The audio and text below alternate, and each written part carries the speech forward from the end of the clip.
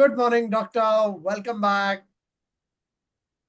Good morning, Venkatesh. Nice to be back with you. Awesome. So I'll set up the topic as usual and then hand over to you. Yeah. As part of the discussions you've been having on positive wellness, which is how to sort of take action on our wellness, today's topic is practice makes perfect. And in this, we're going to cover that practice is not just about any one skill, it's about literally a way of life, right? Practice everything, keep practicing, and see everything as practice has huge benefits for our wellness. And we'll discuss why. Yeah. Over to you, doctor. Okay. Thank you again, Venkatesh. Now, it won't be an exaggeration to say that whatever we are doing in life, anybody, anywhere in life, requires practice. Now, it may sound a little odd or upset because there are people who say, I work without practicing. I can do my work without practicing it and so forth. Right. Now, when we say practice is makes you perfect, we also mean that anything from cradle to grave. Now, we'll say from cradle. What do you mean by cradle? Now, the newborn baby lying in the cradle requires some practice. You'll wonder for what. The practice is needed for just getting the milk from the mother's breast. Correct. So it may sound little, how would a newborn baby practice getting milk from the mother? Well, there it is. Right. Most of the mothers and most of the kids require practice. The Correct. kid or the baby requires practice as a baby, and the mother requires practice as a mother. So these have to work together if the baby has to do well in life. Now, the first few hours of life are very crucial, and there should be a perfect coordination between the mother and the baby with regard to getting milk. And that's the only source of energy that the baby has. But that requires practice. But we have to appreciate and understand the practice involved there. There are some children or some babies who carry on for 2 or 3 days without much milk, and the mother doesn't realize, mother doesn't notice. And after practicing, the feeding habits improve. So, in short, there is practice involved right from the cradle. To the grave, it's up to you to decide what practice you want to have. So, but it is true that from the cradle to the grave, practice is required. And that dictat or dictum continues throughout life. And whatever you practice, you perfect. And you practice, you become perfect. Now, nobody in today's life, and for that matter, nobody takes the practice to the perfection level because, as we saw, being a perfectionist has its own ups and downs. But practice and perfection are together. In fact, we can even say they are the two sides of the same coin. Let's see how. Next, please. Now, one of the very common examples of practice is the riyaz, or the practice sessions that are carried out by artists. Now, Yehudi Menuhin was a great violinist. Yeah? And I don't know whether he's alive today, but then he used to say that he has to practice every day. And not just every day, even more often than every day. And somebody asked how. How would you know this Yehudi Menuhin is a stalwart, great guy, and why does he have to do riyaz every day, every 2 hours or something? He said, my dear friend, if I don't do my riyaz, I know that I have not done my riyaz. Yeah. If the audience doesn't do the riyaz, doesn't appreciate what's going on, the audience can also make out that you haven't had your riyaz, you've just come to the stage just like that. So audience can make out after a while, you yourself can make out immediately on the spot. But riyaz is riyaz required, whether it is Ravi Shankar or Yehudi Menuhin or anybody else. Or for that matter, even Sachin Tendulkar in cricket and so forth. So riyaz is an integral part of life. Any comment on this too? No, absolutely. And I think one of the interesting elements of that was, I think, the way he phrased it, which is if I don't do it for a day, if I don't do it for a day, I can make out. I don't do it for 2 days, the critics can make out. I don't do it for 3 days, everyone can make out. So, everybody can. So no matter where you reach, it is as close as that if you don't do it even for a day, it makes a difference. Absolutely. Right. Now, Aristotle, the great wise man of humanity, he said lots of good things and a few bad things also. But he said, Aristotle, the man who is an Correct. expert in behavior and humanness, Correct. he said, we are what we repeatedly do. Correct. We are what we repeatedly do. Excellence, therefore, is not an act, but a habit. Correct. So if you want to be excellent, you have to cultivate the habit of being excellent. Correct. So that's required, and that comes out of repeated doing, repeated Correct. action of the same type, leads to or paves the way for a habit, which paves the way for what we are. Correct. Our entire personality, humanness, if you like, would depend on that. So that is subtle. And he says, what is your habit? Your habit is to hit the bullseye. Correct. Do you succeed in your habit? No, I'm working toward it. Correct. Nobody succeeds in hitting the bullseye. So, but just required. Excellence is not an act. Correct. So it is practice. Absolutely. Yeah. Next slide, please. The legendary Gavaskar was the uncrowned king of cricket for many decades. Till Sachin Tendulkar came and then sort of took over the mantle. But then Sunil Gavaskar had the habit of practicing his bowling, and batting. Yeah. And he would practice particularly his straight drive. Now, straight drive is the difficult thing in cricket, or almost one of the most important things, because driving straight, you'll be hitting the ball in the opposite direction of how the ball was delivered to you. Yeah. Straight from the other side stumps.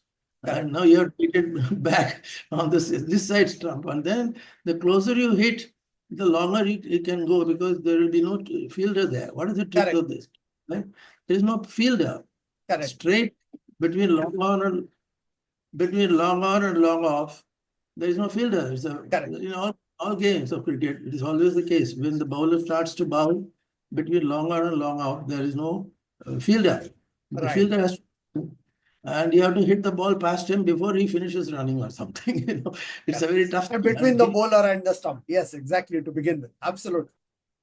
So, this was his trademark. Correct. And it required hours of practice. Absolutely. Yeah, not even Sachin Tendulkar would not hit straight drives that much. He would hit square drive, and straight drive. One of the most difficult ways of hitting the ball in cricket was Sunil Gavaskar's straight drive, and that required practice. So you can't say I hit the ball in silly mid off or long on or long off or something, but you have to hit it straight down the line. So that is the practice. That's the practice. So, next slide, please. Yeah. So, with constant repetition and reinforcement, new habits are easily formed. Now, I disagree with easily. No habit is easily formed. Easily is the one that is not so easy.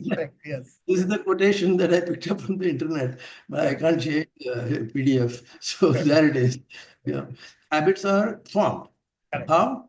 Repetition and reinforcement. Repetition is to keep repeating. Reinforcement to add energy and effort and reinforcement or stuff along those lines.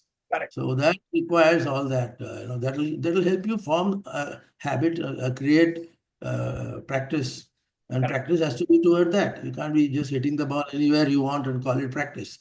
Practice has to be in a very focused and very driven manner. Absolutely. As we are going to see so. Correct. Yeah. Any comment, Venkatesh? Yeah. No, I think this is a very important point, and it connects back to one of our earlier talks, one of the early talks on habit, right? And habit and practice, as we have been discussing, are two sides of the same coin. We are going to look at why practice is a little bit more than a habit, but that habits are formed by practicing, make practicing easier. So practicing is made easier by the habit at any rate, because you sort of get habituated to it, but it requires constant repetition. And without that constant repetition and reinforcement, you are not able to harvest the benefits of making it a habit. Is one of the mechanics of how you go about building practice and making practice a cornerstone of your life. Yeah. Right. So, in other words, healthy habits keep your brain young. Yes. Hmm? Healthy habits keep your body, mind, and soul young, I would say, which you can see.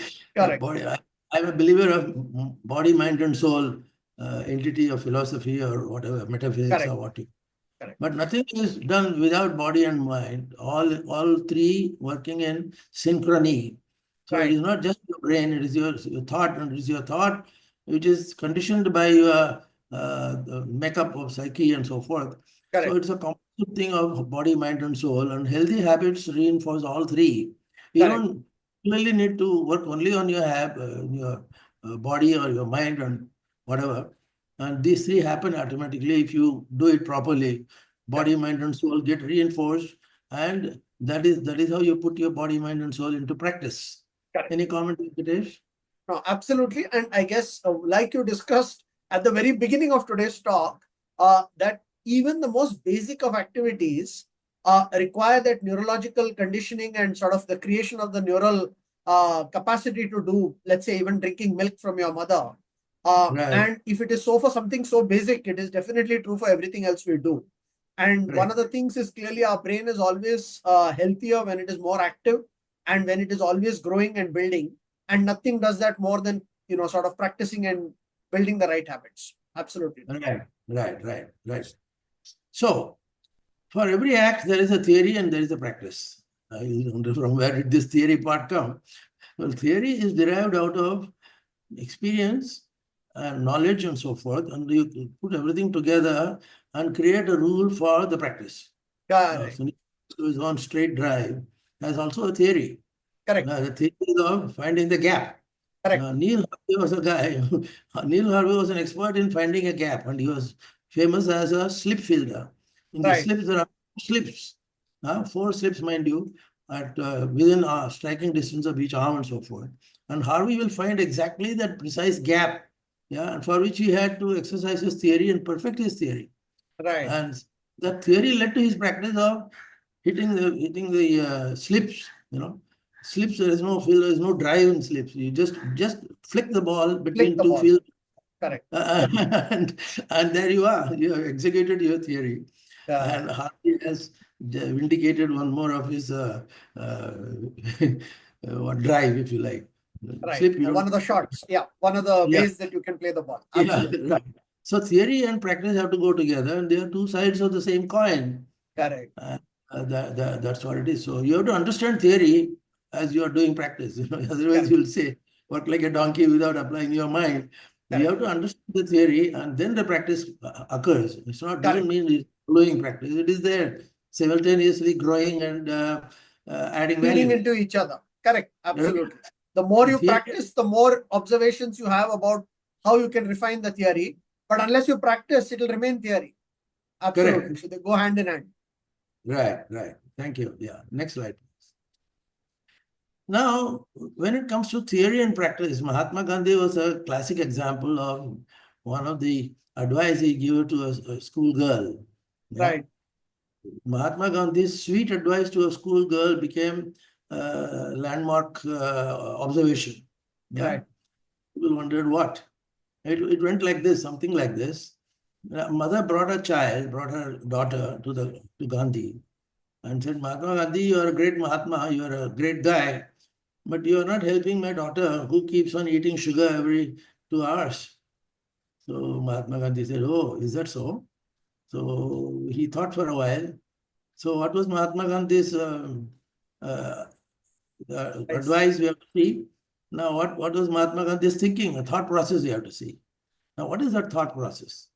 Mahatma Gandhi gave a sweet advice, and giving advice at that time also involved a good deal of thinking. So what is that? The thinking is approximately like this. Now, Gandhi himself used a lot of sweets. Yeah. So he was a great lover of sweets, of sugar particularly. And this child's mother, wanted advice on how to get rid of that habit, which was asking a drunkard not to drink or etc. So Gandhi thought to himself, he didn't overtly talk about it, but he said, okay, baby, okay, mother, hmm, I'll take care of you, but you go home today you come after a week, Right. yeah, he'll give you the advice. And Correct. the mother couldn't understand what it was about. So the sweet advice part came like this. After a week, the mother and the child came, and mother asked, so Gandhiji, what about this? What to do about this?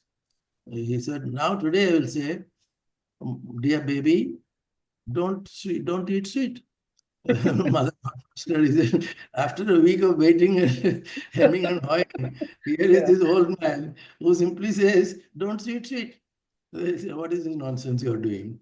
Then that time Mahatma Gandhi had to explain at the time, and this particular thing could have been attributed to any other scholar, even Aristotle or Correct. Correct. Hippocrates. He said, 1 week ago, I used to eat a lot of sugar, but today I gave up sugar for the past 1 week, and now I am in a moral position, mind you, moral position to give advice. Correct. Maybe don't eat sweet.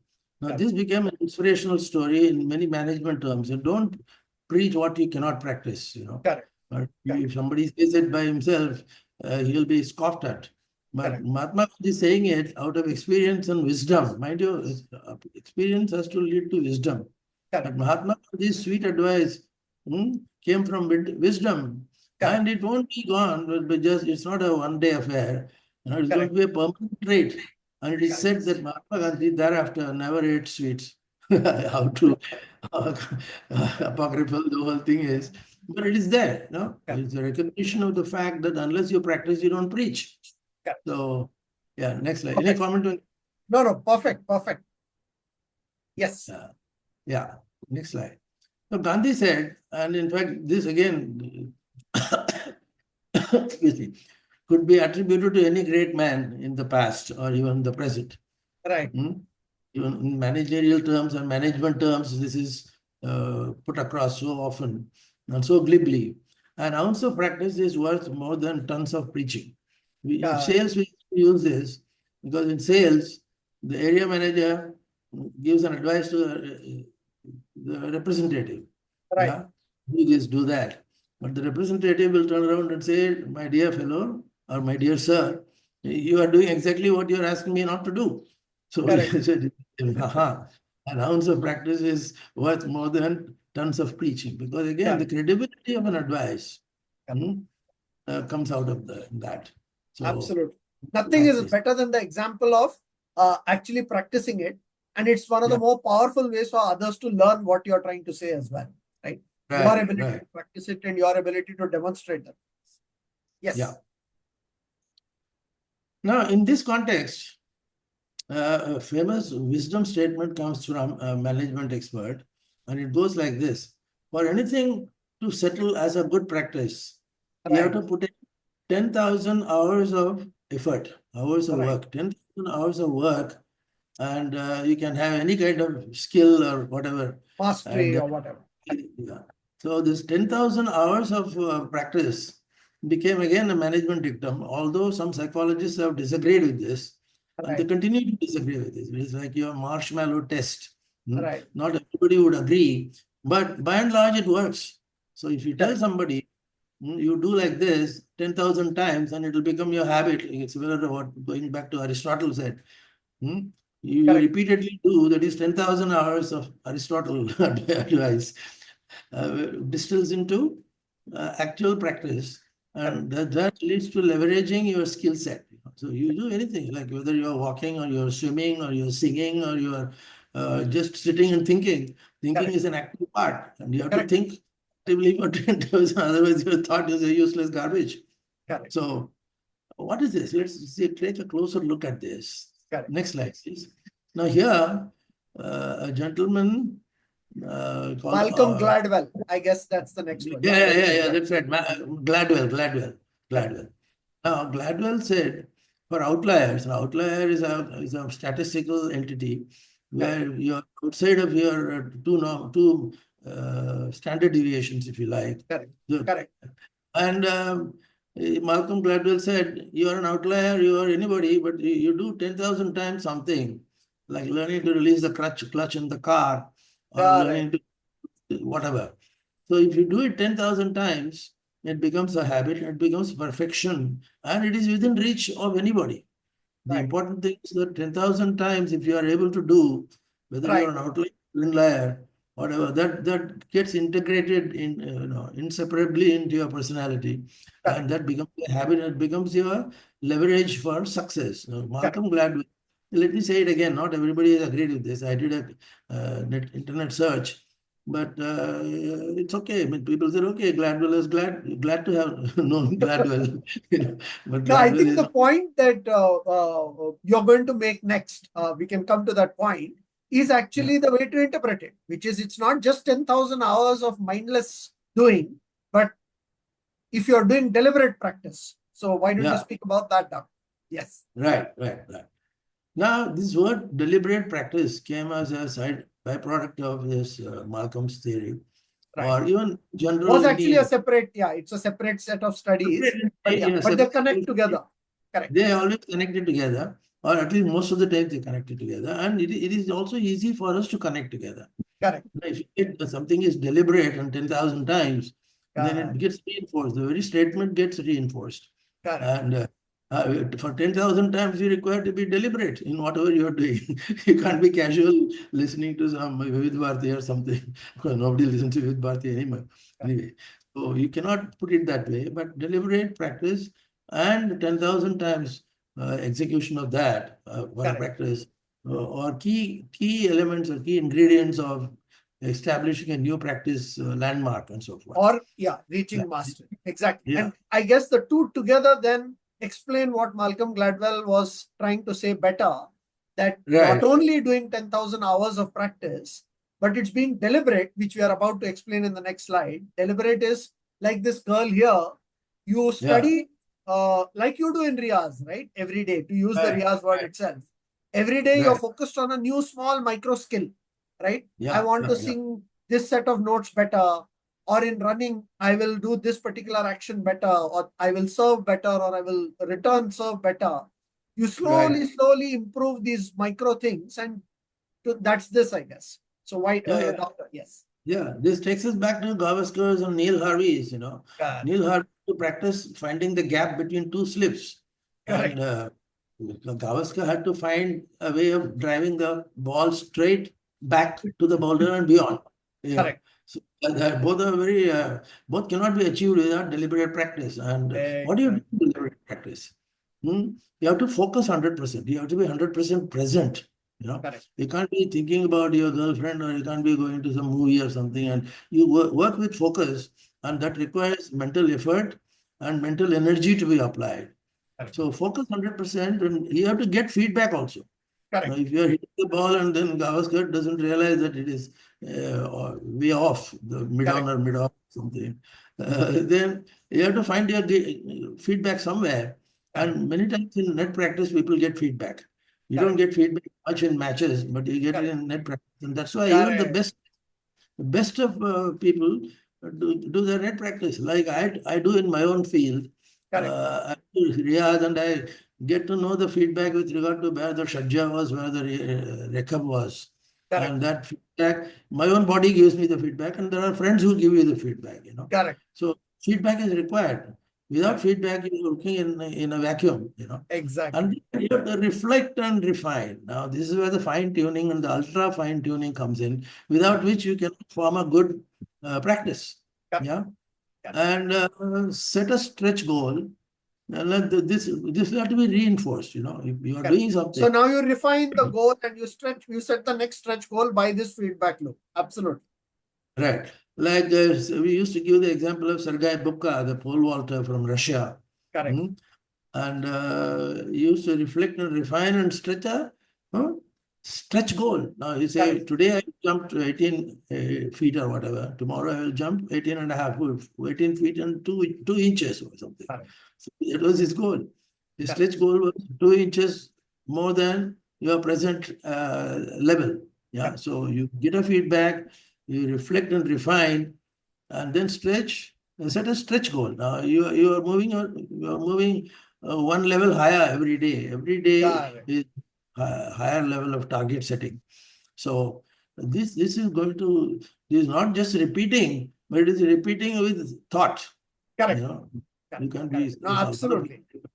And I think your example of your own, how you do this in singing and have done this in other things as well. For example, in exercise, it's such a commonly talked about mechanism that even our body works with, what they call progressive loading, right?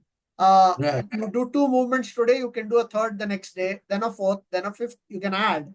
You Right. can't jump straight to doing 20 motions with the same dumbbell or add, weight randomly. But every day you can stretch a little and your body immediately responds by adding muscles. In the same way we add neural fibers, in the same way we add new skills. Absolutely. Right. So there are This is the elements last like, slide. yeah, last slide. Now, what are you doing? You are learning. Right. Learning is a continuous process, and acting is also Aristotelian theory. Learning and acting together, they are just multiple sides of the same coin or same entity.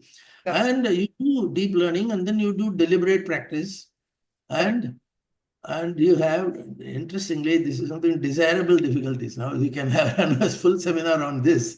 Correct. That's a good But one. We should do one on that. Absolutely. Yeah. yeah. So anyway, this I picked up from the net, but it's very good. You have to have a difficulty, but you have to have a desirable difficulty. Correct. Yeah. As they used to say in management, nothing, anything that doesn't kill you makes you Makes you strong. stronger.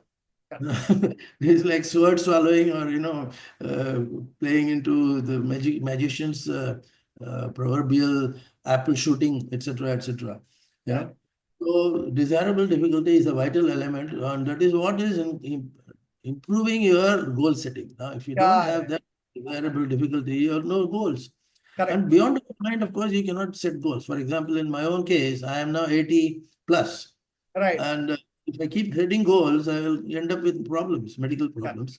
So I have reached a level where deliberate desirable difficulties may not be easy at my age. But in my earlier life, I used to set desirable difficulties. I used to And work even good. now, the definition of desirable difficulty is different. So, for example, our walk, there is an easier way to just go and walk in a park. But for Yeah, example, you choose every day to walk on the road in the traffic. We deliberately do that in order to keep the practice alive for. So it's more difficult. It would have been easier to just go to a park, right? But yeah. Good desirable. example. So desirable difficulty is contextual, I think is the point. It has to be Right, within that Goldilocks level of attainability. It has to be feasible right. without Quite right. exactly like you said, killing you. it Yeah, has yeah. to it has to Yeah. be appropriate. Correct. Good example, Venkatesh, and that contributes some value to our interactions.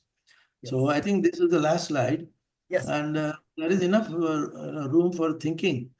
And thinking is our, we have no great computer programs, but we have a powerful weapon called thinking.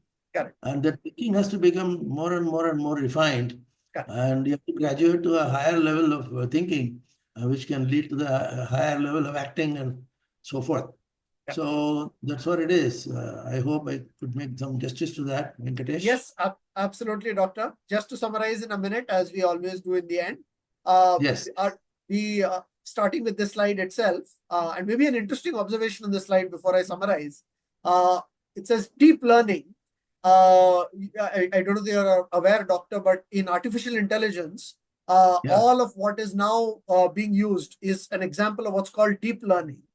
Deep Right. learning is actually borrowed from our own human, how our own human neural networks work, right? Which is Right. we do pattern recognition from very, very large sets of repetitions. And artificial intelligence is now trying to mimic that.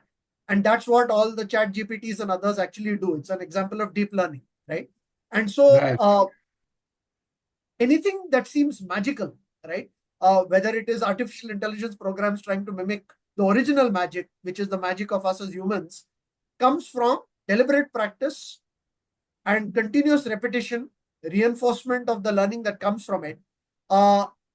This desirable difficulties is a very central part of all of this.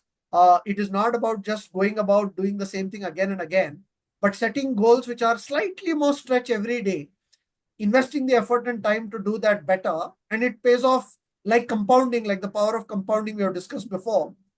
It pays off in ways that you cannot even imagine on the daily basis when you're doing it. So that was the Right. reason we touched on practice and why it's a good philosophy in life just keep practicing, and every day just making the incremental improvement, and we'll explore other facets of it as we go forward. Yes. Right, right. Thank you, doctor. Take care. Thank See you you. next Thank time. you. Bye. See you.